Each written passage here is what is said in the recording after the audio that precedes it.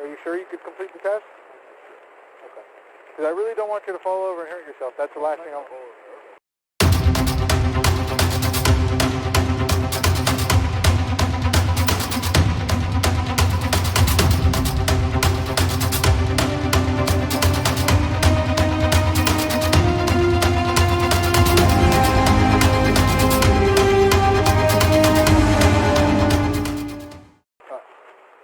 So, if you don't mind standing about right here for me, I'm just going to check your eyes briefly here.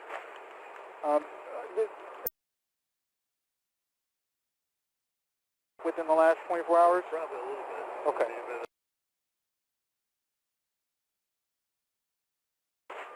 So, whatever, yeah. Okay. All right. So, what I'm going to have you do is you're just going to put your feet together just as mine are, like that. Your arms are going to be down your sides. So if you don't mind taking like one step forward a little bit. Perfect. All right. So what I'm going to have you do is you see the tip of my finger here? Yeah. You're going to follow the tip of my finger with your eyes. Your head is going to stay just as it is right now. I'm going to move it a couple of times in front of your face. So just keep trying to track the tip of my finger as much as you can. If you need to blink as many times as you need. Does that make sense? Yeah. Okay. All right. Can you see the tip of my finger here?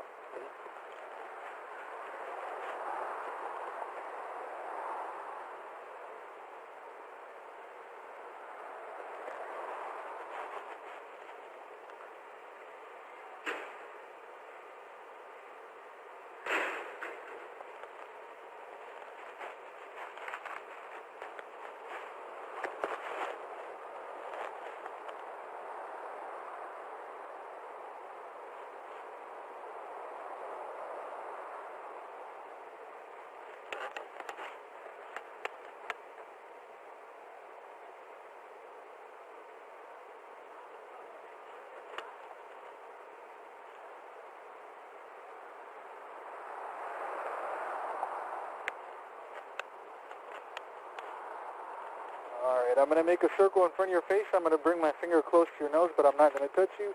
Just try to keep following the tip of my finger, okay?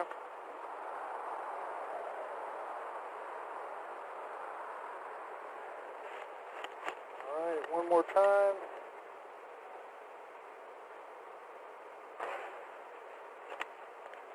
Perfect. All right, you can relax.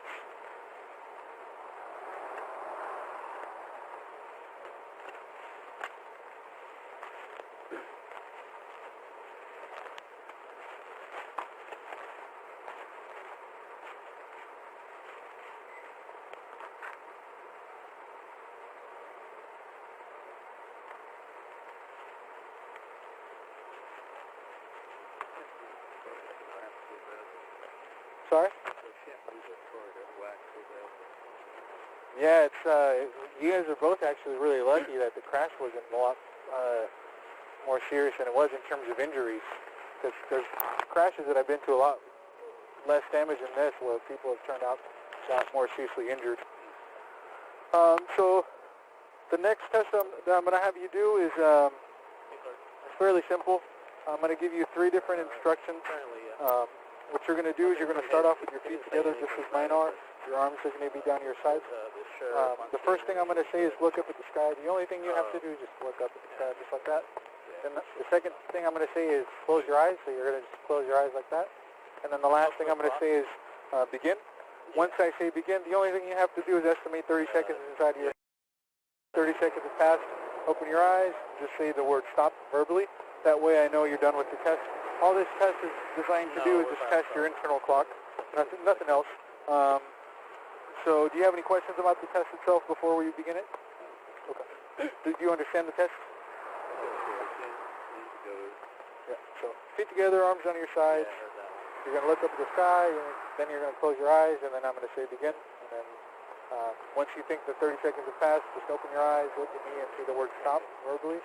That way I know you're done with the test. They took off from here as soon as that one came out. So go ahead and look up at the sky for me. Close your eyes. No, we're on eval right now. Yeah. And begin. So what was I? So yeah, we might be here up here a little bit. Yeah, nobody's finding any injuries. Yes.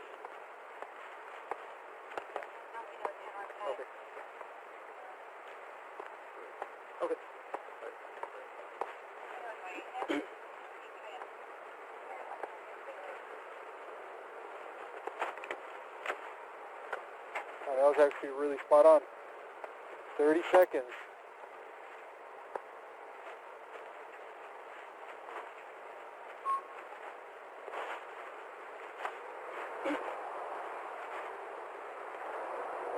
Just gotta grab my notepad from behind you, sir. Yes, sir.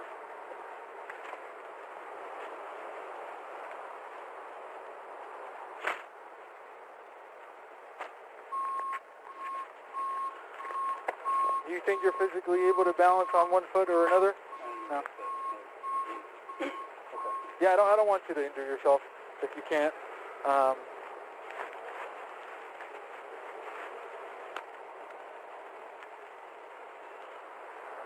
Would you be willing to do the breathalyzer test? Well, I've only essentially done 2 tests, but I have to do a couple. And rather than waste your time and do a bunch of different tests, if we just do that one, that'll be... most of them require balancing, and I wouldn't want you to fall over and hurt yourself. So the balance test, what it's going to require, so I'll explain it to you, and then you let me know if you're okay or you feel comfortable performing it. So if you want, you can watch me. I'll explain it and demonstrate it to you. Car's all set. So you're going to start off with your feet together just like that. Your arms are going to be down your sides. What you're going to do is you're going to lift one foot off the ground about 6 inches. Just an approximation. You're going to make sure your foot is parallel to the ground. You're going to look down at the raised foot, and you're going to count out loud. It's going to be in the manner of 1001, 1002, 1003, and so on until I tell you to stop. The test is fairly short. It's less than a minute long. So it's going to look exactly as I'm going to show you right now. So arms down your sides. You're going to lift one foot about 6 inches off the ground. 1001, 1002, 1003, 1004, 1005. Sometimes people will do this and they'll bend their knee. So just make sure your legs are straight, just like that. So some key things to remember for this test is make sure your arms are down at your sides. Make sure your foot is parallel to the ground, raised about 6 inches off the ground. So you're going to look down at the raised foot and you're going to count out loud in the manner that I explained. Do you think you're comfortable enough doing that one?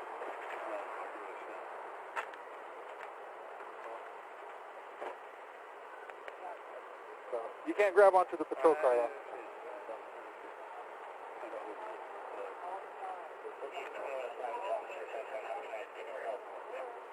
So you could try both feet out if you want. I'll let you start. You can try the test with both feet. I'll give you like a pre-trial run, for lack of a better term. You could try it with both feet, see which one you feel more comfortable with, and then once you're ready, just let me know.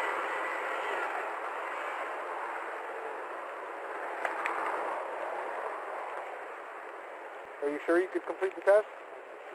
Okay. Because I really don't want you to fall over and hurt yourself. That's the last thing I want. Right, but that defeats the whole purpose of the test, grabbing onto a patrol car.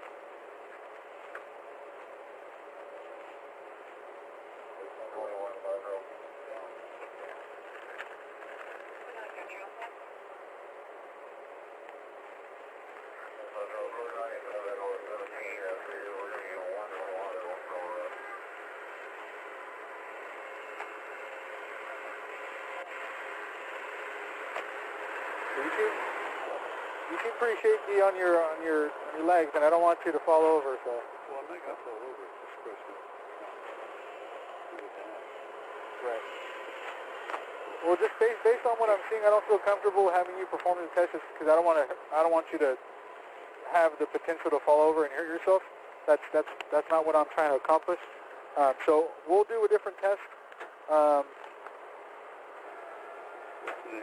So the next test that I'm going to have you do is called the finger count test. It's very simple. So just don't do anything yet. Just watch me. So you can use left hand or right hand, whichever one you feel more comfortable with. What you're going to do is you're going to touch the tip of your thumb to the tip of every finger. Okay, so it's going to look like this. 1, 2. So don't hold on.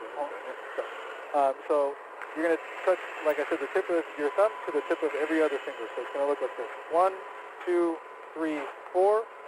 4, 3, 2, 1. That's one set. and I need you to do 3-6. So 1, 2, 3, 4, 4, 3, 2, 1. So sometimes people get mixed up between the tips of their fingers, which would be this, and the pads of their fingers. So people will do that, but just make sure you're touching the tips of your fingers. So, do you understand the instructions?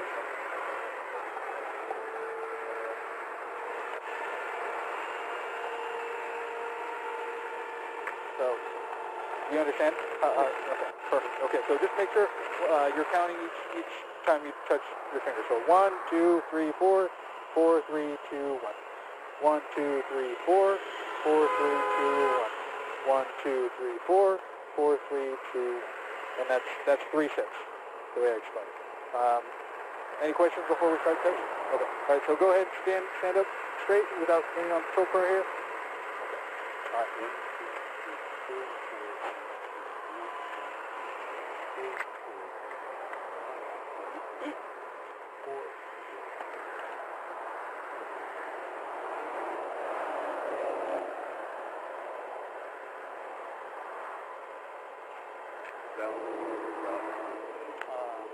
Yeah, I understand. I know he's in the middle of something, but if you do, because the key fob's not in there.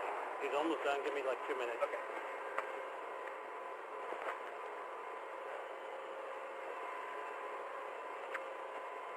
All right.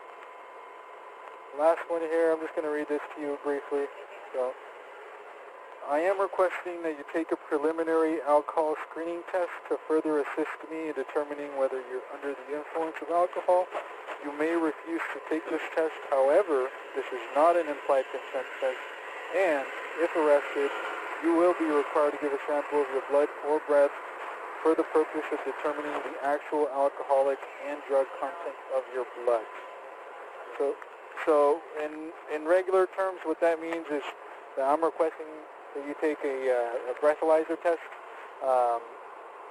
It's a voluntary test. It's not a required test.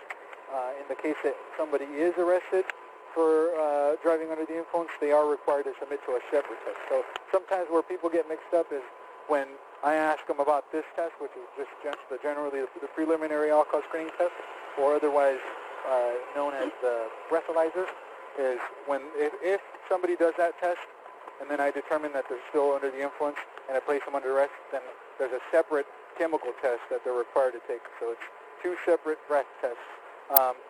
Like I said, this one is voluntary. I'm requesting that you do it, but like I said, you have the option. We did only do the test. Right. And But I passed only to the test. so What are we doing next? so none of the tests are pass or fail. A lot of people that actually think that they're pass or fail, but there's not. None of the tests are pass or fail. There's just different clues that I'm trained to look for when I'm having somebody do all these tests. And you have the right to refuse that test. But if you do, then I still ultimately have to make a determination of whether I think you're impaired based on your performance on all the other tests. So don't think that the tests were pass or fail at all. They're just clues that I look for in every test. Are you willing to do the breathalyzer test? I don't think so. We did only do the test. And I'm going to go home. Right. No, I understand you want to go home. I understand that you want to go home, but you got to understand from my standpoint, right? You're involved in a crash. Right. I smell alcohol coming from your breath. I can see you're very unsteady on your feet. So you see where it's concerning to me? Right. I understand what you told me, but on my end, you also got to look at from my end. I smell the alcohol on your breath. I see how unsteady you are on your feet, and I understand you're telling me that. You also got to understand, from my perspective, there's still a job that I have to do. Does that make sense? No? Okay. Hello? Hey.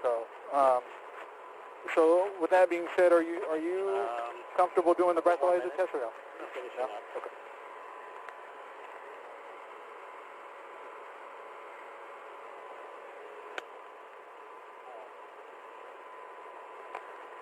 Yeah. Okay. Well, if I do Whatever. Whatever. I'm a really high-profile person. Right. No, I understand who you are, and I'm not here to try to do anything to Okay, we'll do. draw any negative attention to you. If you've been honest with me, there's really nothing that you should be worried about in terms of the alcohol you consume. If you've been honest with me about your consumption being only two glasses of alcohol, there's no reason why that amount will put you at above the legal limit. But the way I think about it, right, if somebody's involved in a crash, right, imagine from a standpoint if and God forbid, one of your family members involved in a crash, and the person who caused that crash has alcohol in your system, you would want that person or that officer to do everything he can to make sure that person wasn't under the influence, correct? And that's what I try to do with every crash that I suspect that there might be some level of impairment. I just want to confirm that that's not the case. The counter glasses for one day. I totally understand. Okay. Say again? Okay. All right, give me a second. Let me just talk to that officer over there. We'll go right? from there, and then we'll figure Yeah, everything out. Just give me a second. Once we finish, so from yours is all set, and then we'll finish it up. Okay, thank you. So, I mean, he's really unsteady on his feet, but I'm going to tell you everything that I've done. So, he refused pass, but he's unsteady on his feet. But that could partially be because he had a. I did see some HGN.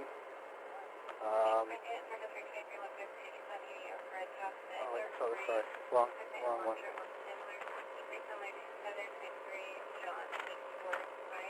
So, HGN, no LOC, Mr. Blomberg was spot on 30 seconds. He did finger count, he performed that fine, but in terms of a one-leg stand and walk and turn, well, I didn't even have him do them just because he's constantly grabbing onto the control card just to be able to keep his balance. Right. I did see some HGN, and just based on the Romberg. So, what do you think? You can only go with the totality of all you have. Right. And he's at fault for the crash, right? And it's depending on what you saw on HCN, because that's pretty much what you have left. Yeah. I've taken everything into account to make the call.